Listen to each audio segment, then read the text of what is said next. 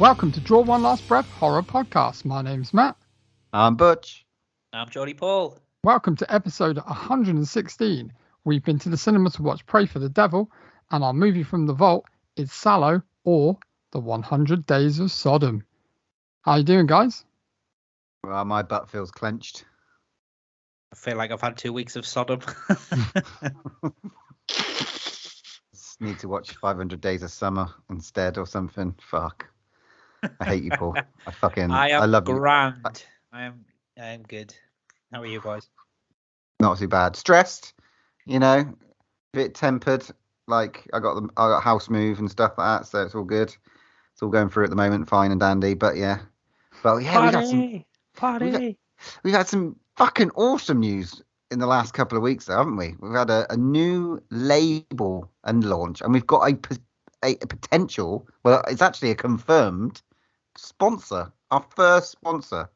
Welcome, Brave Rebel. Thank you. BraveRebelClothing.com. You can find all your lovely designs there at the moment. There's free designs, and the guys are nicely wearing theirs for the ears of the pod that you can't see. What's the point of me talking? But if you head over to BraveRebelClothing.com, there are 3 new designs that I've just dropped from my brand. One is a Eddie Myers t-shirt inspired which I'm currently sporting. Yep. Inspired by Michael Myers and Eddie Munson from Stranger Things, which is a nice one. There's a Everything is Temporary, Dare the Dead kind of skull t-shirt that's really nice. And there is also an inspirational quote, Be Brave, Be a Rebel t-shirt. Which is the one I'm sporting. So yeah, guys, definitely check this out. They are really good quality, really good service, really top bloke. I mean, I know we're biased, but yeah, really top bloke doing it. So please get behind it. This is your chance to get in on the ground running. Yeah, Before these t-shirts might never become available ever again. You never know. Are they limited? Who knows? But yeah, definitely get them and support local businesses. So yeah, top marks. This is from our very own Matt. Come on, support. We've been working on this for years. But yeah, they're all ethical products as well, ethically made. They're vegan, and also I will be hopefully shipping to worldwide soon as well. At the moment, I'm just Europe and at the moment the UK and Ireland. But hopefully it'll be going worldwide soon. So, do you ship to the Isle of Wight? Yes, because that's part of the UK. That is important. That's part of the UK. So yes, I do. Great. Yeah. Wow. We look forward to creating a proper exclusive ad for our podcast, for our first sponsor. Our first ever sponsor. Awesome, Matt. Matt, honestly, the t-shirt's great. I bought 3. Right. Enough of that shameless corporate shit. Let's get on. What's been going on? I'm going to share with you what I've been watching the last couple of weeks, because I needed to watch some lovely, good stuff, because otherwise I would have been really depressed. I don't even know if I wanted to watch movies after what I just saw. But anyway, I managed to watch the Unbearable Weight of Massive Talent, the Nicolas Cage movie. Fucking fantastic, funny. It was really good fun. I really liked that one. It was exactly what I wanted it to be, to be honest. Crimes of the Future. I paid, couldn't be asked to wait. Wanted to watch the Cronenberg movie. Wish I'd waited. It was more crash and burn, I think, than some of his other ones that I liked. I mean, it had obviously, what's his name, Victor Morganson, but I liked him in History of Violence. I loved him in Eastern Promises. They were fucking awesome. This was more crash mixed with some early Cronenberg sort of ideas. The body horror is fantastic. There was just this humdrum music going through it that just made me feel a little bit blah. Really, it was just a little bit more. It was more existence. I didn't really like his existence. There was just something off for me. Maybe I didn't like the kind of sci-fi. Body horror was great, but the sci-fi element, maybe not so much. So yeah, there we go. Won't be recommending this one. Anyone else seen it? No. Nope. It's on for $9.99 on. I think I'll wait. I think I'll wait as well. On Amazon Prime. There we go. That's it. That's all me. Geordie Paul? Oh, well, I watched a bit. So, I start. It's not really a horror film, but let's go. Girl with a Dragon Tattoo, the David Fincher one. Never seen it before, and actually, I really enjoyed it. I thought it was really good. Really? Yeah. I still haven't seen it. I've read the books, but I still haven't seen either of the movies. I read the book and I watched the Swedish. I'm going to get the nationality wrong now. I think it's Swedish, isn't it? With Noomi Rapace, and I enjoyed that, and I enjoyed the books. But I thought it was randomly on the TV, so I thought I'll just watch it. And it was really well done, really dark. Really good. Definitely check it out. I also watched a film on Netflix. It's been out a while. I don't know if you guys have mentioned it. I think you might have, Butch. But Do Revenge. Do Revenge, with Maya Hawke in it. Yeah. Have you seen it? Yeah, the one with her and the lass from what's that thing? Riverdale. Yeah. Not a bad little Heathers film. Do you know what? The missus put it on, and she saw it's a cross between Mean Girls and Cruel Intentions. That's how it's reviewed on Netflix, and I was like, great, I'm gonna love this. Not, and I spent the first 45 minutes of it actually hating it, and then there's a proper rug pull. There's a proper rug pull in it and a real twist, and I was like, shit, I didn't see that coming. So it gained some extra marks for me. So definitely worth a watch. I rewatched. This is the only second time I've ever seen it. Brightburn was on. Yes. Did it stand up on a second watch? Yeah. I suppose I think I agree with how you guys reviewed it. I think it's still a bit of a missed opportunity. I think with someone else directing that film, it could have been something epic. But it's enjoyable enough. It's got some great, definitely got some great scenes in it. But yeah, are you having a go at the future? Well, is he the leader of DC now? I'm not really fucking sure what he's doing. James Gunn didn't direct it though. That's no, he produced it. You're right. Yeah, he produced it. So but yeah, I'm gonna have a fucking go. I'll have a go at DC until they can make some decent films. All right. Fuck you. I watched Black Adam at the cinema. I didn't mention it, but I enjoyed it a lot. So. What's that there? Great. But yeah, so I watched that. Then I finished off Cabinet of Curiosities. I fucking love that. I think I'm up to the autopsy. Oh, ooh, yeah, it's great. I thought every episode was really, really good. There was a couple stronger than others, but there's one with directed by the guy who directed Mandy. Oh, okay. And it's got Peter Weller from RoboCop in it, and it's what's his name? Pano something, isn't it? Pano Gragrotos or something. I don't know. Anyway, So it's really, really cool. So please watch that. And the one with Andrew Lincoln in the last one, it's really well acted, really well done, and a little bit sad, but it's very good. So the whole series I thought was brilliant. So please, some more of that, please, Guillermo del Toro. Then lastly, guys, I saw this. It popped up on Netflix, and I thought, I'll give this a whirl. Not expecting to be any good, and I actually really enjoyed it. It's called Hellhole.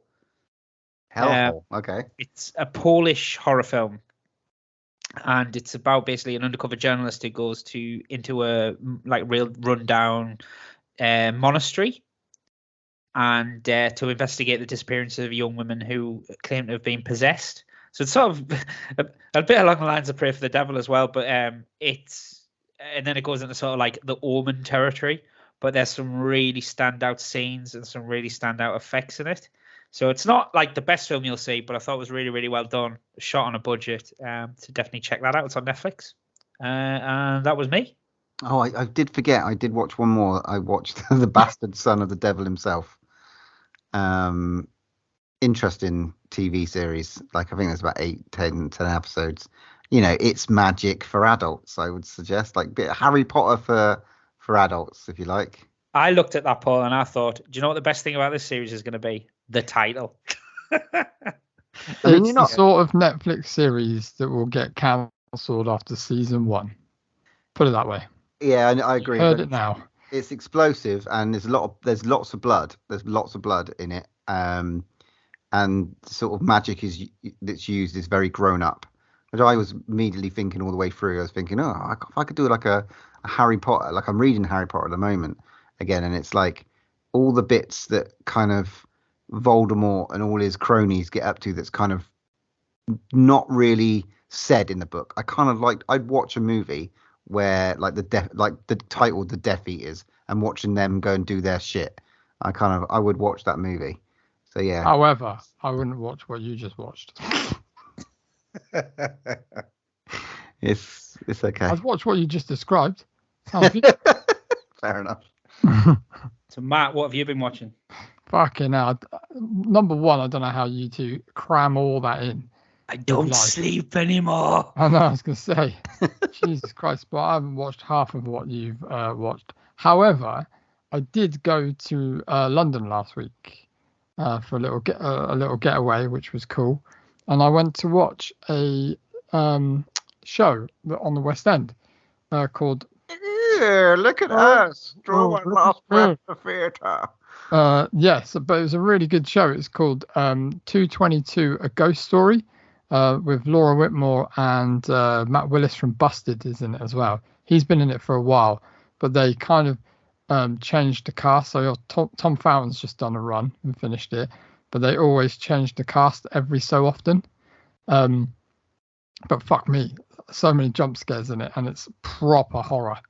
Like, I literally, if you guys get to go, you should go. Tickets aren't really expensive, and wherever you sit in there is like really close, and we're like third row back, and I shit myself a number of times, but it was so good, so good, and it's clever, and it's like got a really good storyline throughout the whole thing, and it's actually quite funny in places as well, which was quite cool. And then on the next day, because we were staying in near Leicester Square, I thought I'd go and have a little hunt down for a few locations from last night in Soho. So I went and had a look where she goes to college in the film. That was there down the street near the other places. And I saw the Toucan, which is the pub, and also another place called Thirst that they have in the film. I took some photos and went and had a little look. Just thought I'd scout it out, which was quite cool. But That's cool, it was man. That's I've cool. not seen this yet, but I know the scene. She walks down like a little like staircase, and it's in like this like really posh cafe thing, like really posh like restaurant, all decadent and stuff. I've actually been there. I've actually been for a meal there. It was far too posh for me to be in there, to be honest. But I'd managed to get in. I didn't know they let Geordies in places like that. Well, I had to put my posh voice on to get in, darling, didn't I? But yes, yeah. So. Oh, nice. Well, what's that called, Paul? I can't remember. It's Cafe Paris or some Cafe de Paris or something like that. I'll get me bow tie on. See if they let me in.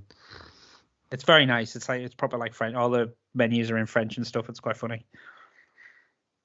Nice. All right. If that's all we got, then let's get on. I haven't got any news, guys. I'll just let you know. Let's get on to the news, and I'm just looking forward to you guys just spilling it all over my face. I'm going to go first because I've only got one piece of news, if that's all right. But I saw a little clip for a film, and not much else, but like a little teaser clip. But I saw the title and I thought, Butch, this is all you, mate. It's called All Jacked Up and Full of Worms. You guys heard of this? No. Yes, I have. Yep. Yeah. And basically, the synopsis follows Roscoe, a seedy motel maintenance man. After discovering some powerful hallucinogenic worms, he meets Benny. They fall in love, making worms together before embarking on an odyssey of sex and violence. Butch, that's got you written all over it. I think I remember talking about this a couple of months ago. Really? I remember it was either me or somebody brought this one up. Because I remember seeing a trailer or something. No, mate. That you just I would have remembered that. All right, that sounds bonkers, man. If there's two movies out there like that, then that's fucked up. Okay. Go on, Geordie Paul, what you got? Well, I've got a few bits. So I can't believe you've missed this one. But Terrifier 2 has been put up for Oscar consideration. Fuck off. I mean, yes. It's been presented to the Academy of Film as an Oscar contender.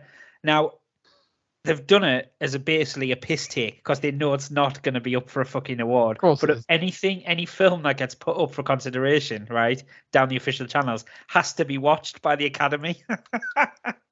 Fucking genius. I thought it was great. So all these Academy people who go for like all the highbrow films. I've got to go and sit and watch Art the Clown and rip people's faces off and smash mashed potato in their faces and all that. So I thought that was quite funny. Might get a special effects nod.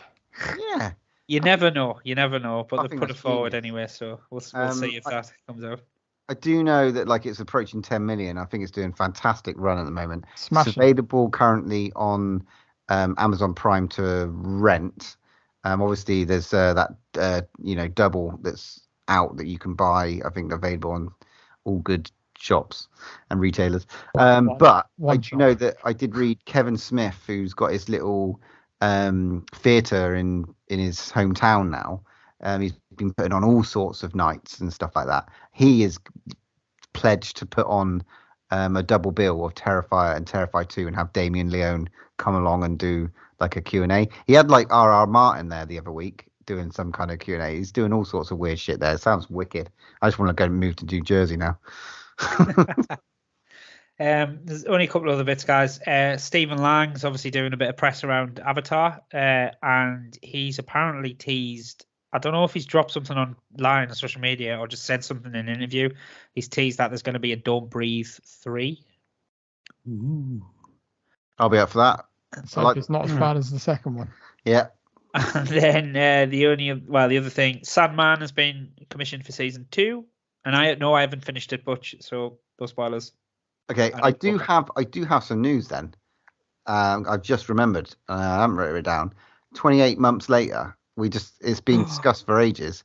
It's now pretty much. It looks like it's got real traction. There's a first thing I read was like Danny Boyle is thinking about it again. I'm like, okay, Danny Boyle has written a script, and then I saw today, like Cillian Murphy has read the script and is up for it. So I feel like they're all up for it. So it's like, obviously, because it's the anniversary of 28 Days Later, that Danny Boyle did an interview and he said that Alex Garland has actually written the script.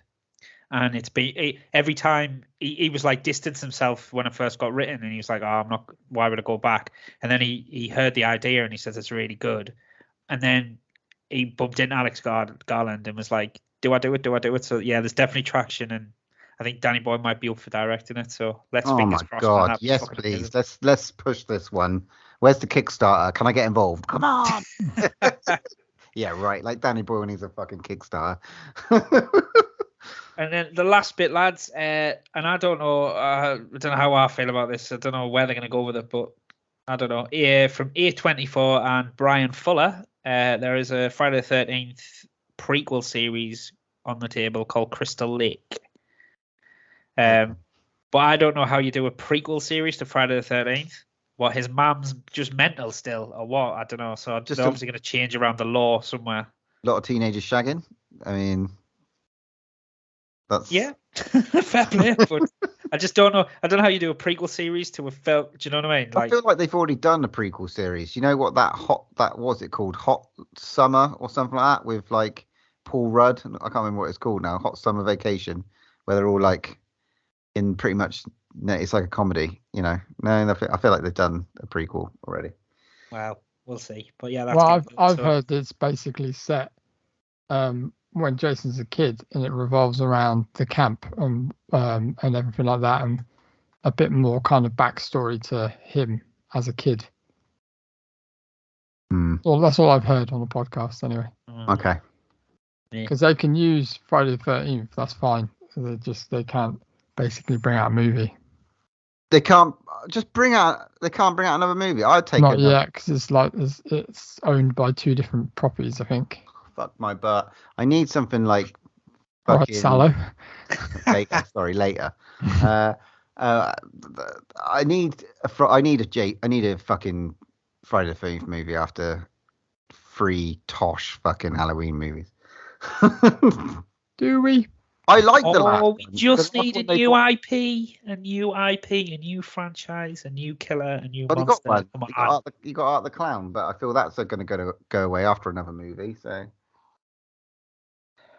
actually, talking about that, All Hallows Eve, which is the precursor to Terrifier, is available for free on Amazon Prime. So go and watch that bad boy. If you've watched Terrifier and Terrifier 2 and are in the mix of suddenly embracing the great Art the Clown, go and watch him where he first came out and watch All Hallows Eve, man. Fucking well worth it. Nice little short there of him. Is that my homework for the week, is it? Yeah, it's an anthology series. It's pretty good, actually. Not bad. Right. Okay, that's all the news. Let's get on to our main review. Let's descend into the mouth of hell, shall we? Okay, so this week we have all been to the cinema to watch the new film Pray for the Devil. It's just a quick synopsis. At a prestigious school for priests learning how to become exorcists, a nun goes against convention and prepares to perform an exorcism, coming face to face with a demonic force with mysterious ties to her past. Ooh. So, Butch, did you shit your pants? I mean, Matt knows. Matt was sat next to me. I definitely had a few. I didn't do. It wasn't squeaky bum time. I wasn't prepared to walk out the cinema. No way. It was a different movie to that, definitely. However, they had a couple of jump scares, not bad. But yeah, I was okay. It wasn't what I thought it was going to be. It's almost like a precursor to like another Constantine being born. You know, a badass fucking exorcist. That's the way I felt about it. It definitely had some moments in it, and you know, but it didn't shake me to the bone. Let's put it that way. What about you, Matt? Yeah, it's a shame because it's like, for me, I just felt like it's a bit all been done kind of thing. It's a bit paint by numbers and it's a bit vanilla. And I thought it might be something a bit different and change things around and be a bit more testing and kind of, I don't know. Yeah, it had a couple of jump scares, some good effects, a few good effects in there, but it was just too average for me, man. I think it was a good story. I generally liked her. I thought she was great. I don't know who the actress is. I don't think she's been in like a lot, but I liked her and I liked where it was going, but and even the journey that it went on and the pace and all the sort of like different nuances that it went through. But it didn't, you know, like I said, it didn't like terrify me or anything. It didn't like, you know, move me into a new realm of like terror, which is a shame. But I get what you're saying. It was still a poor Conjuring sort of thing. There wasn't a moment where I was like fucking shitting myself, and that annoyed me a little bit. What about you? I think it's just big studio horror. Go on, Jordy Paul, what do you think? My overriding, honestly, this is my overriding word for it. Boring. Tepid. I just thought there was a load of talk, there was loads of exposition, there wasn't enough scares. I appreciate the acting in it and all that type of stuff, and like there was set up for a right premise. I think this type of thing might have been better as a TV series where you could like really expand the character and really get into that type of stuff. But just as a film, there was a series. It's called The Exorcist, and it's fucking brilliant, and they cancelled it. It was just a bit, like paint by numbers. Nothing you've all seen it all before. There was a jump on the wall. There was a crawl. There was, bed. Like hiding under beds and stuff like that. There's a couple of decent special effects. I thought there's a bit where the hair goes in the mouth, which is obviously on the film poster, which we'd actually already seen because we got a 5-minute clip at Fright Fest. Not enough Colin Salmon in it, considering he was the head honcho of the exorcism school. And he pissed off halfway through it and didn't come back. Yeah, it was just a bit. Yeah, it was a bit. Jacqueline Byers is the one who sort of played Sister Anne, and I thought she was still fantastic.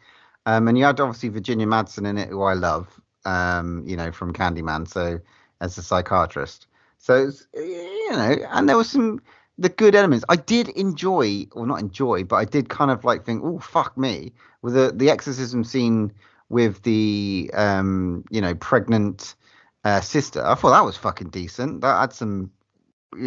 Fucking awkward, made me feel a bit weird watching. It was hard. It was an interesting watch, obviously, but I don't know. I liked the flow of it. I really did like the flow. I wasn't bored. That's I nearly fell asleep. Right. Okay. Well, I'm I'm on my own. I just obviously because you've got this nun who's got a bit of a checkered past. And Mum was obviously possessed by the same sort of she thinks the same demon that's now terrorizing the school she's at. And then the whole point of it is the demon wants her, and then manages to possess a little girl to come into contact with the nun, and then it all turns out that it's spoilers. It all turns out that it's actually her discarded daughter who you find out. That's hilarious because I was in the toilet when that reveal. So I missed the twist. As soon as they said, I give up a child, and you straight away went, oh, it's going to be the girl and the bloody thing. And all that was just Too a bit. obvious. Now, I know the stories about the demon trying to get back to her, but it was still all a bit like, hang on. Like, just a bit too convenient to slot all the places into it. And then the way they defeat the demon, like, fucking just. I thought when she took the demon onto herself, I thought she was going to die, but then they didn't kill her. Oh, it was just, yeah. She lives and she becomes the next. She's going on. She's off on her way to become, the next Constantine. I felt that like she was like, the new fucking, exorcist. She's going to be fucking taking demons and out of souls and the shit. But yeah, I don't know. It just didn't do enough with the whole like she nuns aren't allowed to perform exorcisms, but then all of a sudden they let her in to do this exorcism on a little girl that just as a training exercise that's gone a bit haywire. Like it was just a big leap, you know what I mean, just to get to where they needed to get to. There was no reason to let her do the exorcism at all. No, I thought the old guy was pretty creepy with his tongue. They always like to do that little tongue thing, don't they? Yeah, there were literally smatterings of like, oh, that was quite good. Like the little scene in the ambulance. Very gory. Yeah, very cool. But can I ask you a question, lads, right? Is this just international law that if you are possessed by a demon, right, regardless of how old you are, if you are possessed by a demon, can you just murder people and get away with it? Yes. She murders 3 people in the back of the ambulance, right? And then there's no police called. There's no investigation. And she walks off at the end of the film scot-free.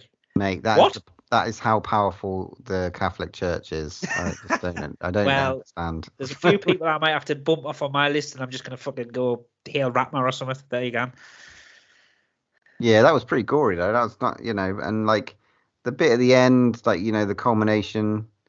I suppose the 3 sort of main points of this movie is like, well, you get the sort of the failed exorcism, don't you? And you do get that bunch of hair. That's the sort of the main bit there. And Colin Salmon getting yanked, and I suppose that's terrible. And a bunch of pussy priests who aren't really doing much. And then you get obviously the exorcism where she thought it went right and it went wrong, and she feels guilty. And then you get the big thing at the end. It's sort of just like, okay, there's 3 major kind of striking parts of this movie. There's not much else. I get it, but I don't know. I like the way that it flowed for me. I don't know. I wasn't as bored as Matt, obviously. Matt fell asleep just talking about it.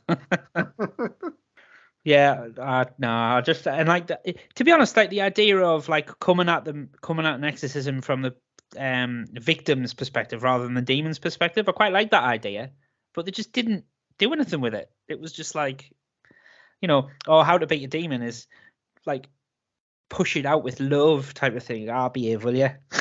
I think what Matt is getting annoyed with, all right, and I am starting to, is the trailers that they're putting out for horror movies is to attract a bigger audience to them, but they are putting everything on Front Street. Like they did it with Smile.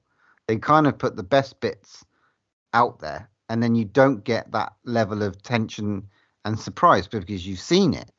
And I think they need to have a word with themselves and kind of go back to basics, because we're getting some high budget horrors, which is great. We talked about this when we had like It. Do you remember, Matt, when we watched like It, the second It, and we were like, fucking how much money is there putting towards this? And studios are starting to put that money, but they're not getting it right. No, that's the problem though. The thing is, they're getting it wrong because there's films like Terrifier that proves that it can do things, right? There's films like St. Maud. There's films like, Midsummer that have proved it can do it. But they're not the biggest budget movies. They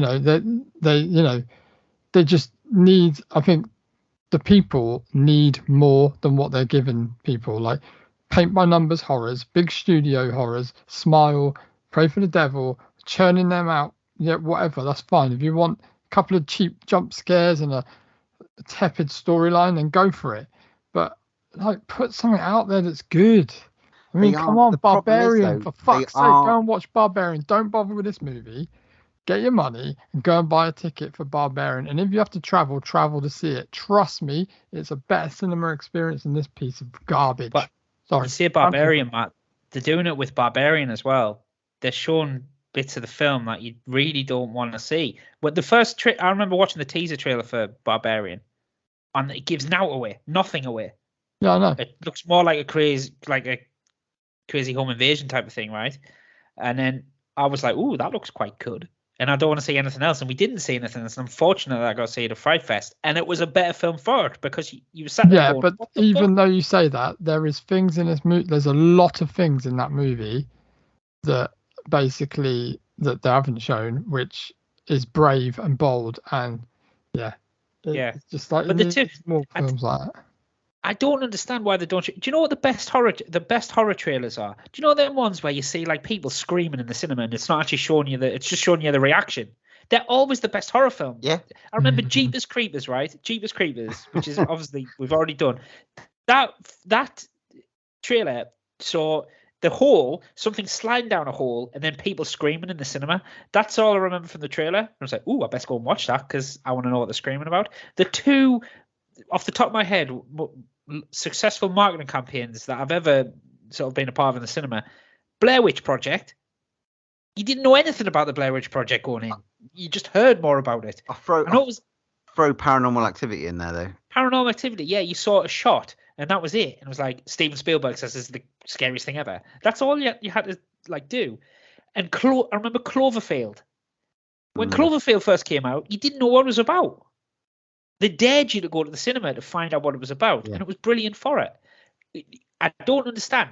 You're a studio head. You will make more money off a film, or more like surprise, or like people will go and see it if they don't know what it's about. They need some young blood in their marketing team to kind of market TikTok and just with these short little things that will get the people going. I've just checked out all the gross figures, right, for the Barbarian, Smile, and Pray for the Devil. I think you'll actually be quite pleased, Matt, because, I mean, okay, Smile is fucking great marketing schemes. They're at 203 million, like, gross. That's fucking amazing. And then that movie wasn't... Smile 2 will come out, yes. 100%. So...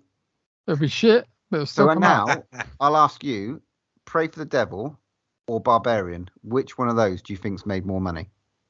Barbarian. It has. Like double the amount as well. Good. So that is a really good thing. That makes me happy. I'm glad. Yeah, because it's that's just really good. The thing is, they churn them out because they know people will go and see them, and because all those troves go out and watch it, they'll make another one from it because it's a money maker. But it doesn't matter how good the film is because they've already got the butts on seats and they've got the money in the bank to make another one. Mm-hmm.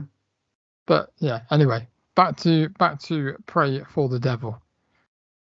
I love having a little bitchy moan about fucking shit. If that's all we can decide to talk about, though, the fact that we're annoyed that it's out there, I think that says a lot about this movie and how we're feeling. But again, I'll still stand by the fact that I kind of wasn't bored like you two.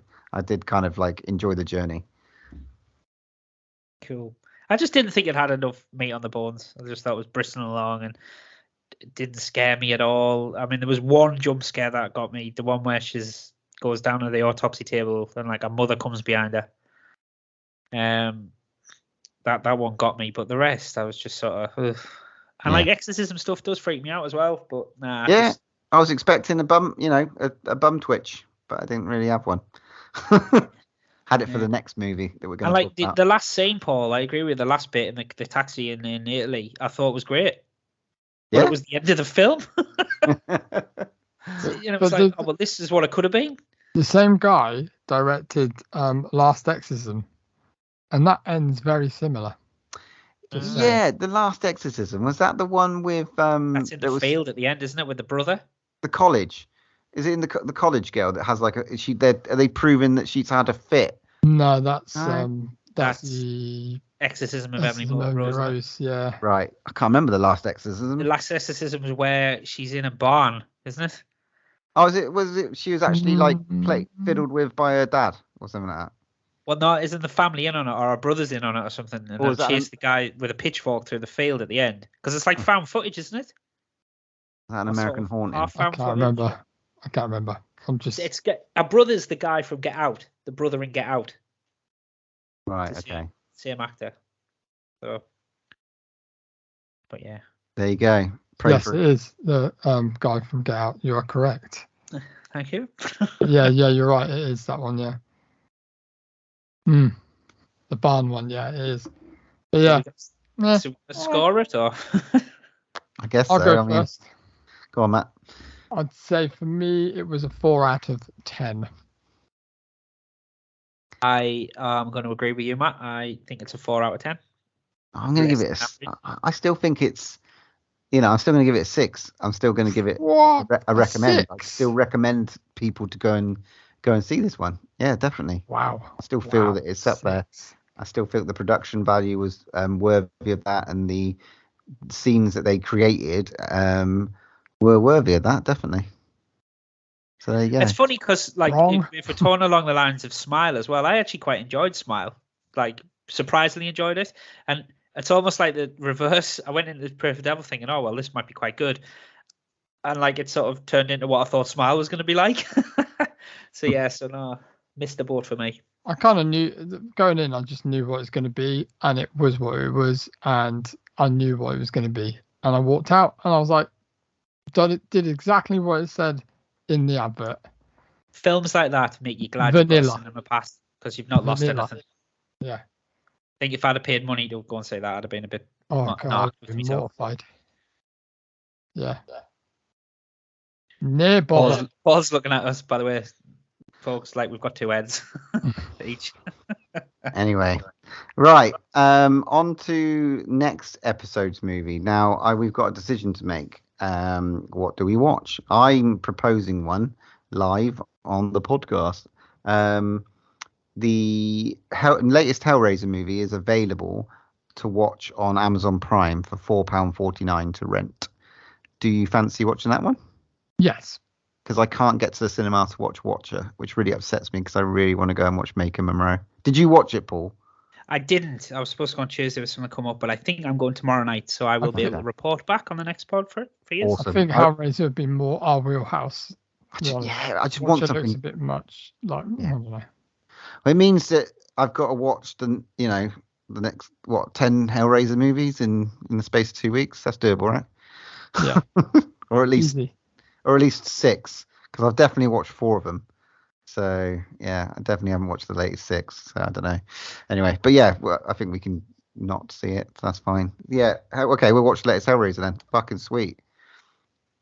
Okay, so let's do our movie from the vault.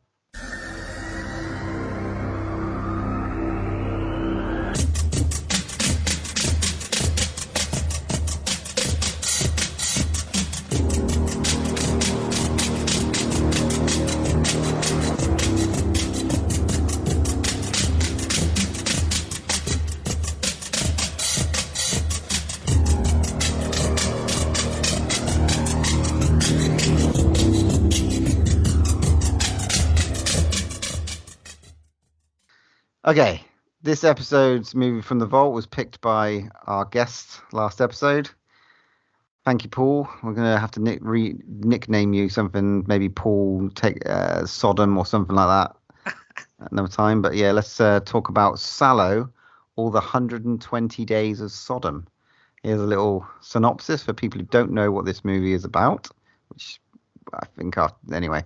In World War II Italy, 4 fascist libertines round up 9 adolescent boys and girls and subject them to 120 days of physical, mental, and sexual torture. This film focuses on 4 wealthy, corrupt Italian libertines in the term of the fascist Republic of Salo. The libertines kidnap 18 teenagers and subject them 4 months of extreme violence, sadism, and sexual psychological torture. The film explores themes of political corruption, consumerism, authoritarianism, nihilism, morality, capitalism, totalitarianism, sadism, sexuality, and fascism. All the isms. Yeah. The story is in 4 segments inspired by Dante's Divine Comedy, the Anti-Inferno, the Circle of Manias, the Circle of Shit, and the Circle of Blood. Yeah, I just read that off Wikipedia just so everyone could know what you're about to get into, because I have no idea how to talk about this piece of shit. So yeah, who wants to go first and have a little tell them how they feel? I know how Paul feels. I want to listen to Matt. Matt, tell us. Well, I thought this film flowed really good. It flowed so well. Sorry. No. Yeah. I picked up this film at work many a times and looked at the cover and thought, a weird cover. And I've never thought, oh, I really want to watch that.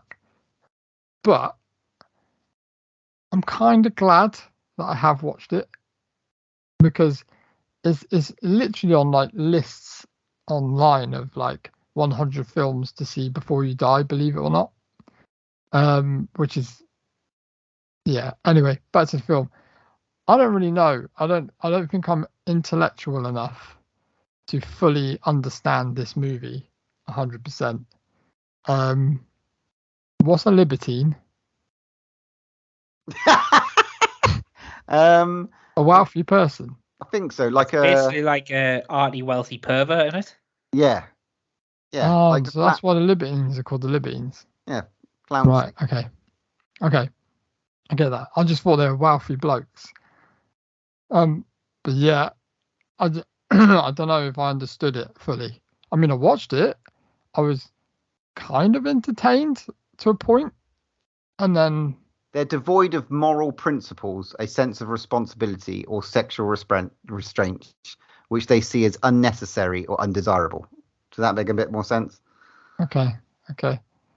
I mean, yeah, I didn't really get what was going on at the start. Obviously, it doesn't explain anything. I gathered the kind of era it was set, but I was kind of like a bit confused to what was going on. I mean, I gathered they were picking out boys and girls by looking at them, whether they were, I don't know, clean enough and kind of fit enough and stuff, and kind of didn't have any defects. Is that right? With the men, the first part, they were looking for the size of their cock. Oh, okay. They were when they were picking the guards. I'll tell you something. When I was doing it, I was like, oh, okay. So, I don't look at a lot of cocks in my life, but I was thinking, oh, I'm quite average, because there were some small cocks. There's a lot of bush. I'm gonna be honest. There's a lot of 70s bush there, though, Matt. There's a lot of hair. Yeah. Paul, go on. Do you want me to talk? Yeah. So you have obviously these libertines who take these kids just off the street by machine gun. And they are kids. Yeah. And then decide, right, we're gonna use this is it. This is what you're here for, and just do what they want with them. And that's obviously broken up by, they have sort of some madams or prostitutes or former prostitutes or whatever they are, who have been abused throughout their life, telling stories. And then obviously during the stories, they then decide to sort of reenact them or act them, and this ranges from everything really, everything depraved you can imagine.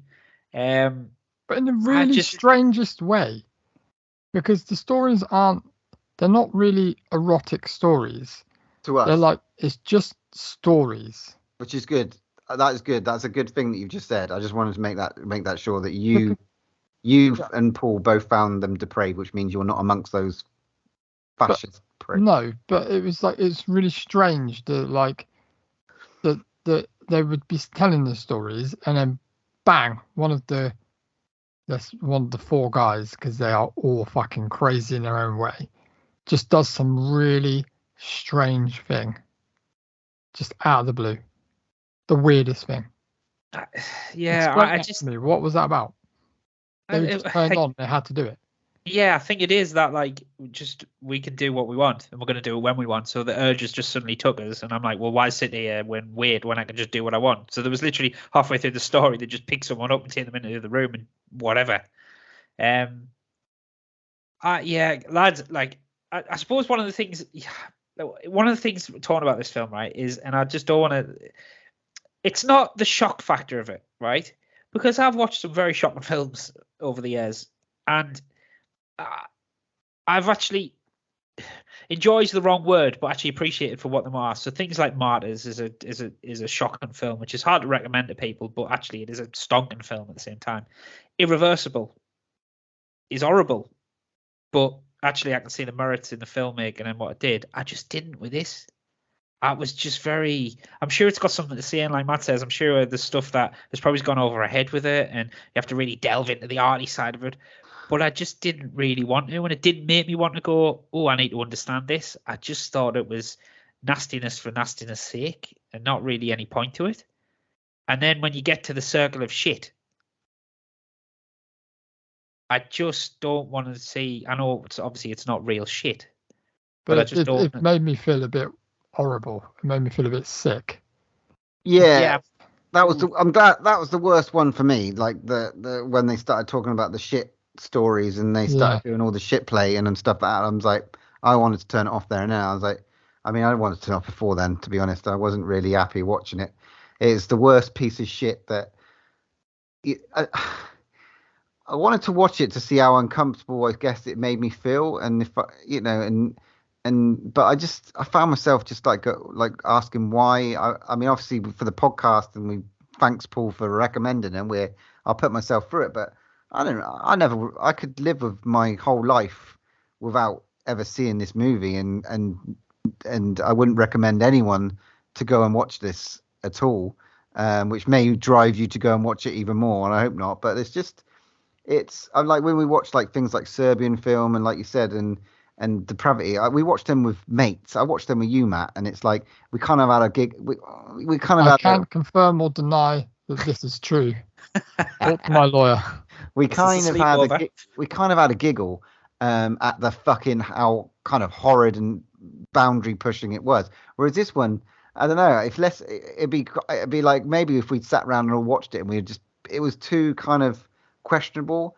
And I did dive into it and I did wiki it and I did read some stuff on it because it's just abhorrent, and I just wanted to know like why would someone make this? At what point are they trying to prove by just shoving, by looking at it? Are they trying to say that this is like the worst behavior that can ever possibly be? Because these people, if they existed and they exist in this world, I just think it's just shocking. It's like wealth and power and having complete control over people.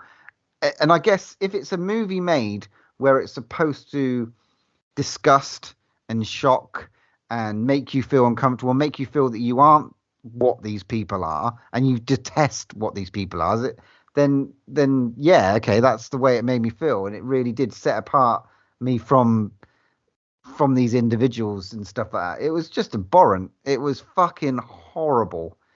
It was so uncomfortable, such an uncomfortable watch. There was no hope to it either. Like there was no thought of they're going to get out of this, or there was no like. I thought at the end, towards the end, like you could hear sort of like tanks and planes in the background, or which what I thought was. It might not be, but that's throughout the film. And I thought, is this like a fall of fascism type of thing, and they're just abusing their power for as much as they can until they can't do it anymore because the allies are closing in? And I thought there was going to be something at the end where the tanks roll in or they get saved or whatever, not plucking eyeballs out and fucking dancing around setting everyone on fire. And like, look, I do like a bleak ending, but it just waffled on. And then that little humorous quote with the 2 guards at the end, "Oh, what's your girlfriend called?" as they're dancing together. It was all a bit. There were 3. Got a bit wanky. This was amongst 4 endings that he wanted to do. I could read the other endings out if you give a fucking shit. but like the different reasons why he picked them and the way he ended it and all this sort of stuff to get the right sort of feel for it.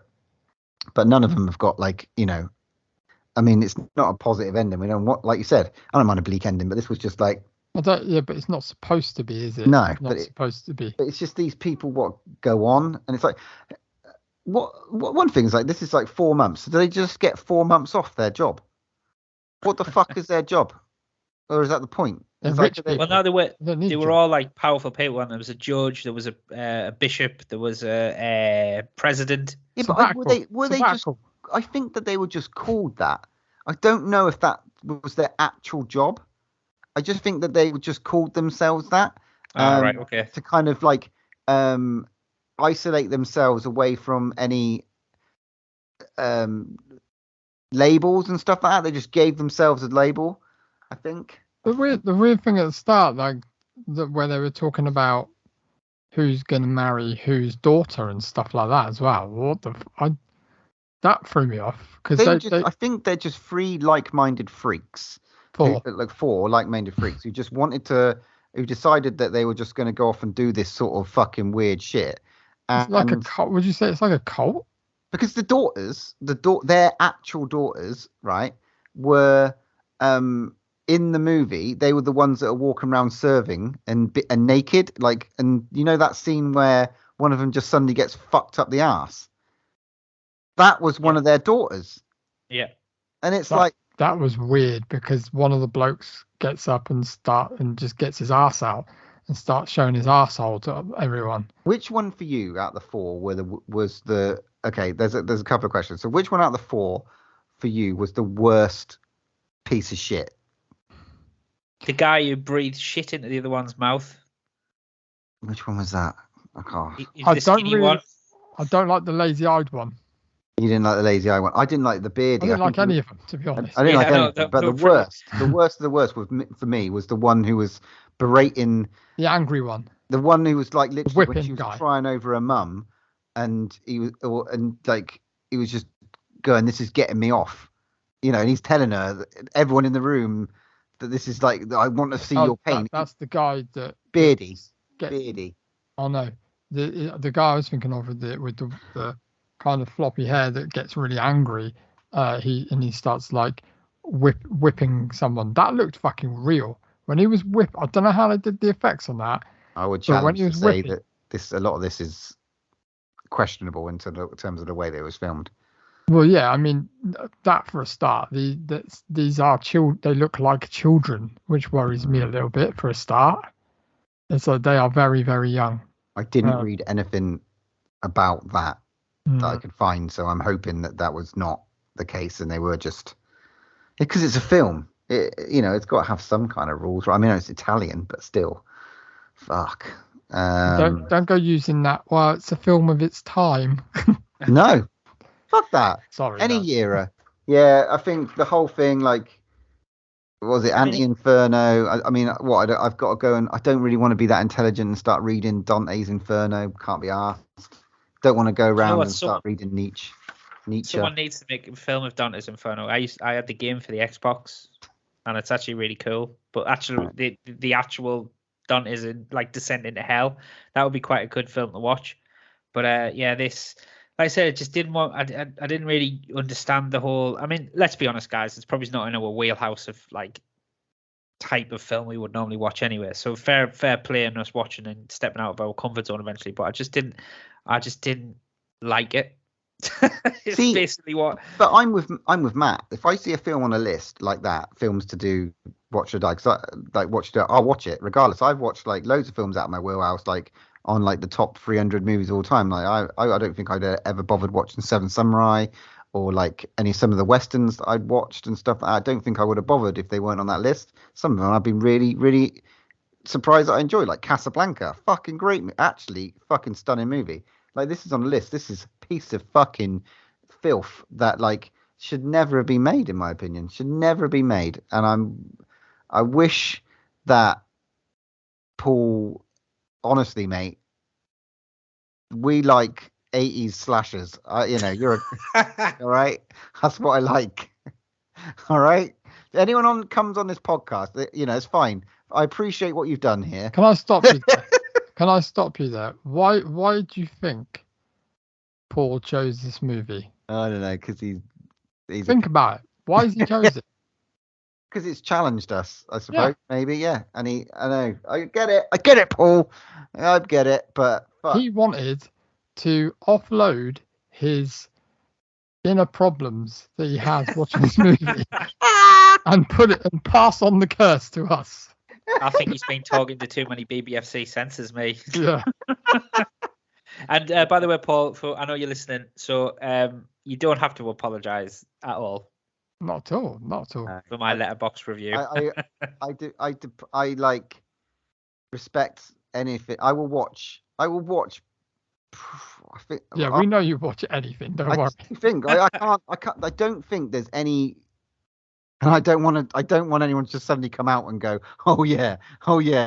If you thought that was bad, watch this. I don't want that. I'm not asking for that. I do generally think this is the lowest of the low, and I don't think I don't think I want to go any lower than this. To be honest, I think this is it. I'm happy that this is it. This is my low point. All right, in movie cinema history. On that note, I thought this could be great as a remake. So I did a little bit of kind of casting myself while I was watching the film. I thought, you know what, we could remake this. And I was like, listen to my cast I've written down. Oh God, I love it. This is the best bit. I'm ready for this. I thought the guy you didn't like, the beard guy, Russell Crowe. Fair. Russell Crowe comes in, maybe a younger Russell Crowe. Right. So that means for the life of me, I thought you were about to say me. That means Russell Crowe gets pissed on. Yeah, Russell Crowe. The one of the kind of madams. Now she's a bit older, Helen Mirren. So she's going to be the one that gets her ass out and says, "Look at my ass." That means that she was the one who basically ate shit then. Yeah. Okay. Sorry, Dame Helen Mirren. And also the freaky guy, right? The freaky lazy-eyed guy. Recast him a little bit. Thinking Richard Brake. Awesome. Sign him in. Last but not least, playing one of the naked young boys, Harry Styles. Done. You would pay to watch that, wouldn't you? No. Salo 2 Electric Boogaloo. I tell you what, chuck in Christoph Waltz as one of the crazy men then. Yeah. Got ourselves a movie. We're going to call it 121 Days of Sodom. Very good. It starts it all over again. Special guest appearance by the Draw One Last Breath podcast boys. What? We're one of the naked people that get bummed. Would have to be.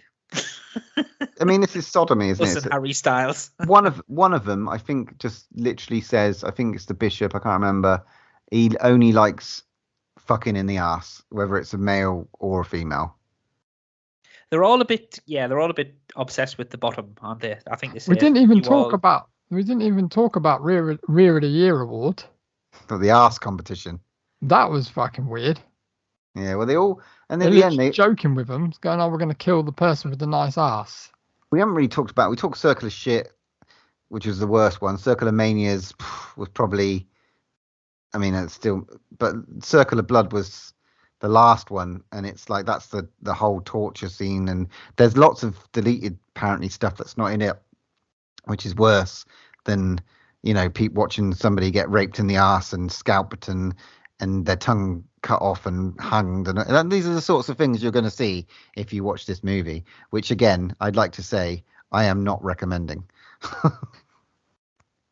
But I am interested to see that whether Matt actually has gathered some Matt's facts. So dude, let's hear some.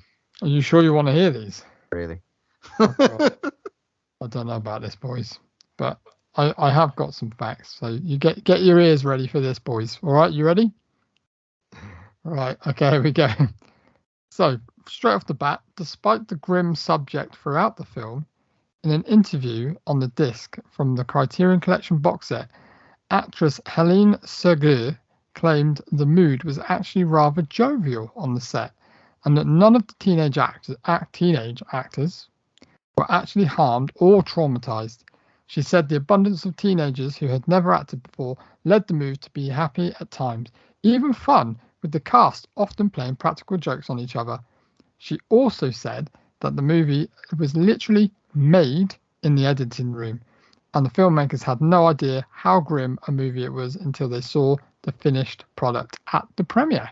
Do you know what? That makes me actually a little happier, because I was really feeling that it was going to be something like, William Friedkin or something like that, where... Hold your nerve. Hold your nerve. I'm not finished yet. All right. No, I'm only Oh, I was God. gonna say, but I was But- like, but, literally a but. In the butt. That gave me One a in the little butt. hope.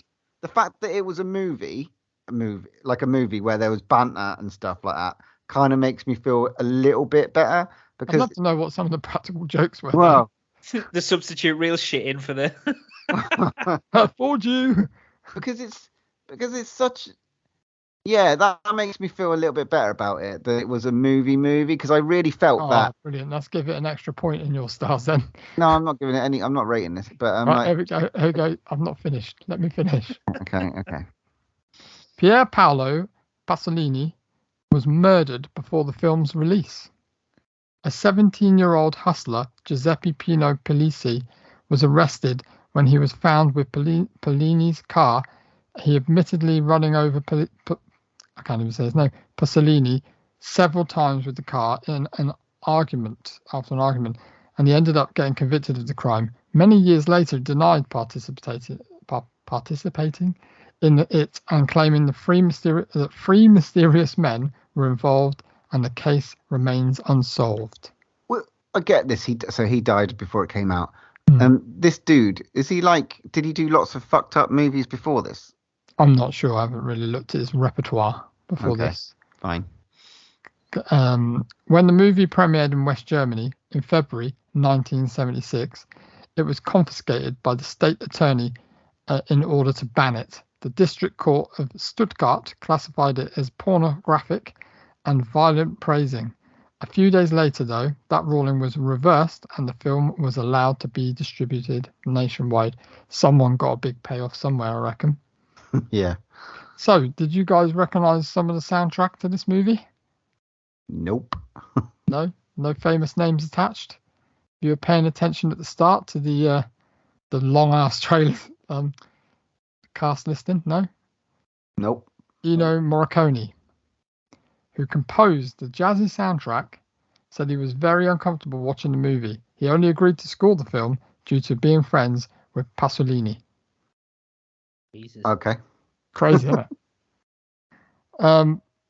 Who is he? Who is what? That you just said? Ennio Morricone, Am I supposed to know who that is? The Godfather, Oh, okay. The Good, the Bad, and the Ugly. The Bad and the Ugly. Now. Only one of the biggest like film Oh, Don. scorers. What do you say, Don McConey? Don McCone. Anyway, moving on. This one's a bit more kind of the censors. This one, the British Board of Film Classification rejected the film in 1975, making it technically illegal to show in the UK. When an art house cinema in London showed it, the film was confiscated in a police raid in the year 2000. The BBFC revised its opinion and gave it an 18 certificate for adults only. Crazy. There we go.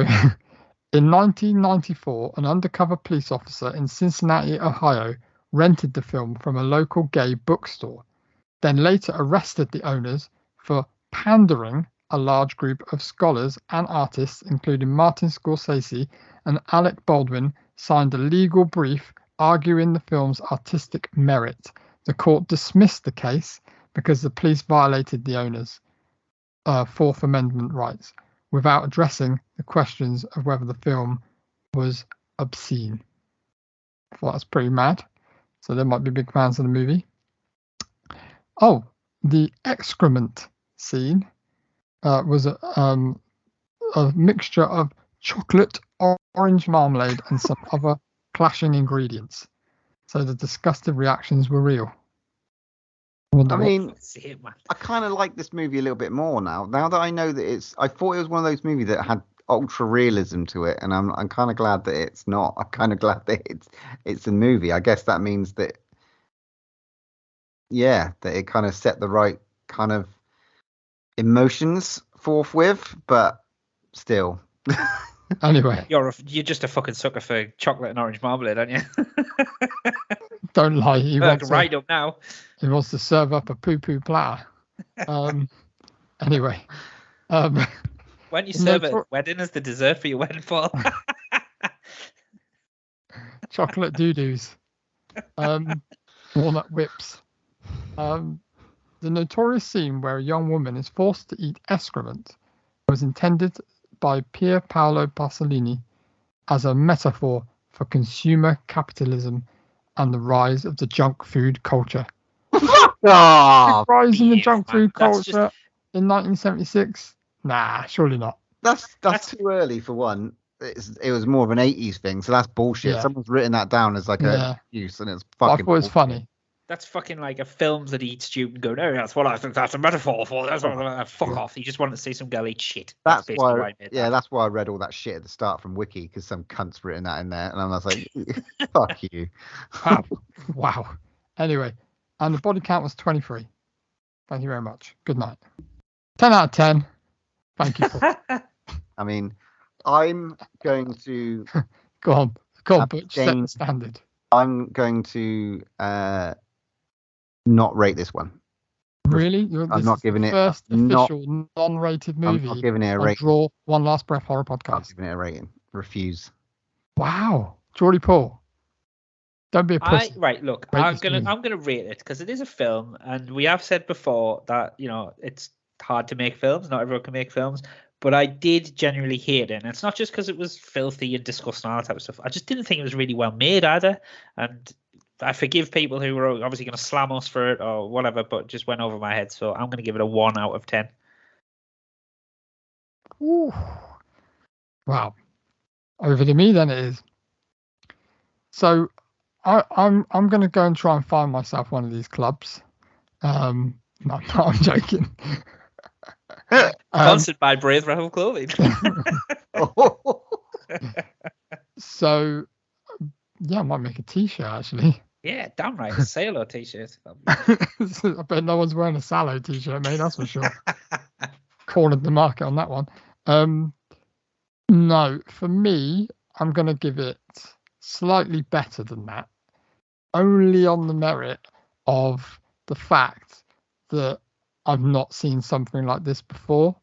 And I don't think I'm glad that I watched it. I kind of like, I don't know, the intriguing kind of like the thing about it is that it was put towards me, and it's not like one like Paul said, a pick off the shelf or whatever. But I do think there were actually some redeeming shots in the way it was shot. There are some scenes and the set designs that are I thought were quite beautiful, trying to get at like the only positive thing out of the whole thing. However, I don't condone absolutely anything in this movie, but that's my redeeming points of that. Yeah, it is a depraved, disgusting, horrible little movie, and I like horrible little movies, but I don't like horrible little movies like this. And there were certain points where I thought some of the violence actually looked real. It looked real. So yeah, on that factor, I'm giving it 2 out of 10. I can't look at this as a movie for some reason in my head. I Why? can't. It's a movie. I don't know. I can't. It's on film. It's a movie. Get over it. I can't. And if the way that it's made me feel, that's the problem. The way that it's made me feel, I feel that it's done exactly what it's supposed to do. And then I'm supposed to rate it like a fucking 9 out of 10.